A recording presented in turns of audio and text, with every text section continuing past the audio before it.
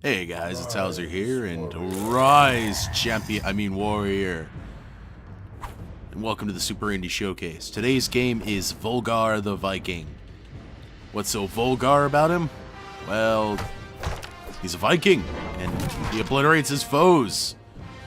No, really, it's just, closest thing I could compare this to would be if you've ever played Ghosts and Goblins or Ghouls and Ghosts, and really, if you haven't, shame on you. It's similar. That's the closest thing I could describe it to. It's got enough going on in itself that I wouldn't say it's like, oh, it's a Ghouls and Ghosts clone. The only thing that's similar to it is that, you know, you have armor and that's your health bar. The big difference is just there are no extra weapons. You have your spear and your sword. As you can see, the spear has multiple utilities. You can wedge it into the wall and use it as a platformer. Platform. It's actually really quite cool how much you have to manipulate that. There's some really tricky jumps that you have to make that when you really pay attention, you'll notice that there's usually just little ways you can use a spear to make your life 10 times easier. And that bee is just not cooperating with me. I'm not quite sure what's going on right there, but oh well. You can see you start out with a wussy wooden shield, you get that nice little shield with a hammer, and eventually you get fire sword after acquiring the helmet. Once you acquire the fire sword, well, that's when the game gets a little interesting. The way this game handles its difficulty is the better you do, the harder it gets. Or you can also choose to just ignore that. There are multiple paths to take through this game in a very interesting way. It's not like, you know, go through this door and it'll send you to Route B. It's as you play through the game and you can maintain your fire sword, which you only have for 1 point of damage. When you get hit, you lose that and your helmet. You get the chance to find, if I recall, they're the hero souls? I may not be correct on that. I'd have to ask a friend of mine, Ron J. He's pretty much a savant on this game. And the more of those you get, the more chances you got to go on the alternate path. And when you run out of those hero souls, you can never return to the alternate path. So you pretty much have, like, more or less one shot to do it. But the better you do, the more chances you have at the hard mode. It actually completely changes the dynamic of the level. I was actually fortunate enough to get enough gold to be able to unlock the hard mode stage 2, which I've actually never done before. Which I was pretty excited and immediately regretted in terms of recording. Then you'll understand immediately why as soon as it comes up, but that's for later on. As you can see with the shield, you can charge your spear, and it does a whole lot of damage when you throw it. Kablam! Everybody's exploded. And you can also do a dive roll, which gives you a pretty extreme amount of immunity to damage and automatically prepares you for a counterattack, or you can make it so you're facing the direction you rolled in if you want. You can see that shield isn't just for decoration, it's used for blocking attacks, and there it is. So you can see hard mode unlocked. When you get one of those, you've gotten the ability to go into the hard mode route. You can see right there's a part. It took me like maybe 10 minutes to be able to figure out how to do that. I felt pretty stupid. But that little slot wasn't too obvious, but you get used to looking out for them after you realize that's a possibility. You start keeping your eyes peeled. It's honestly, it's a very cheap game. It's made by Adult Swim Games. I'm not sure the exact dev team. They did a wonderful job making this game. It's great fun. It's also incredibly difficult. There's a reason I compare it to Ghouls and Ghosts. It is punishing on its difficulty. Alright, gotta just time that very nice and slow, and okay, we're good. Yeah, the charge, you're with just those few tools you have a lot you can do with them. It's honestly like, this was actually a Kickstarter funded game.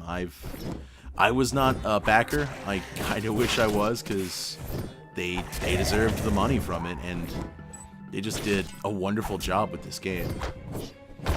You see, you get gold, you can unlock that hard mode.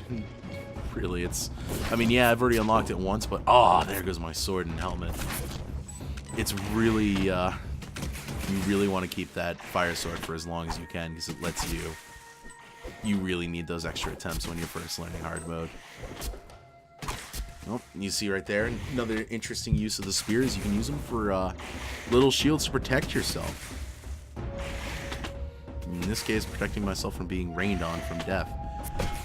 I was actually not aware you could block things with your shield like that, and that makes me immediately feel stupid, because that really would have helped on those earlier rope climbs.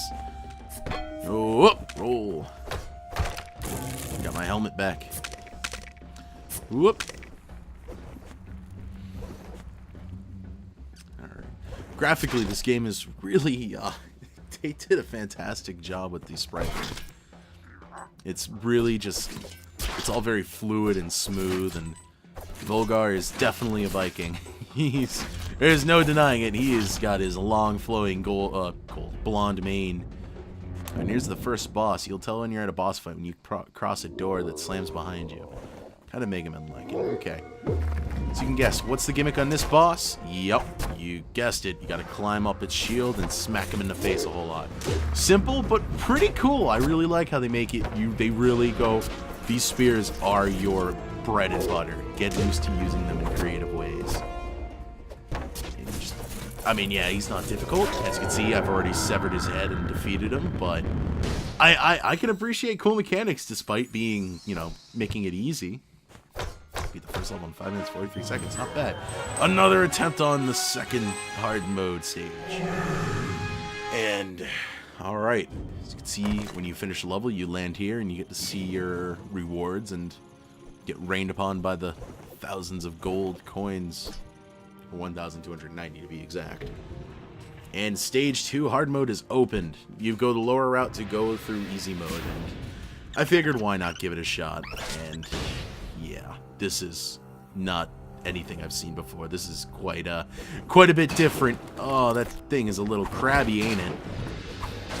Oh, that was a mistake. Yeah, that was not good playing. I'm probably not ready for this, but hey. Again, it's my first time unlocking it, so I gotta give it a shot. Oh, that was stupid. Oh, God, that was embarrassing. Oh, I jump good. Yep. Alright.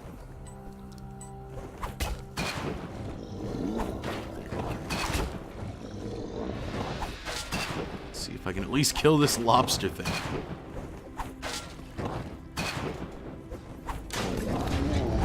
Alright. Moving on. Let's see how far I can get. Probably not far. Spear! Oh. Oh, that cost me. A little bit further. Just a little bit more. Oh. Alright, that. Nice. Just a little bit more. How far can I get? Alright, that was a good hit. Come on, can I? Crud. Okay, I don't need shields. I don't need shields. Oh, I need shield! Oh, well, that was a good attempt. And with sorrow of I'm assuming that's a Valkyrie, returns me to the normal stage 2. And as you can see, it is very, very different from the hard mode. It's more about just killing weak enemies instead of hardcore platforming and being stabbed in the stomach by Trident. That was embarrassing. If this looks like something you'll enjoy, there's a link to the Steam page below. It's pretty inexpensive, and it's great loads of fun. It's a quality action platformer. If you were into Ghouls and Ghosts when you were younger, you'll be right at home here, and you'll be tearing your hair out just like the good old days. And if you've never played Ghouls and Ghosts before, well, time to check out something in the similar light. It's different enough that it cuts its own path, but you can definitely tell it was influenced by Ghouls and Ghosts. In fact, I think the dev team states that. Oh, well, this is Hauser signing out. Super Indie Showcase. Have a good night, folks. Oh.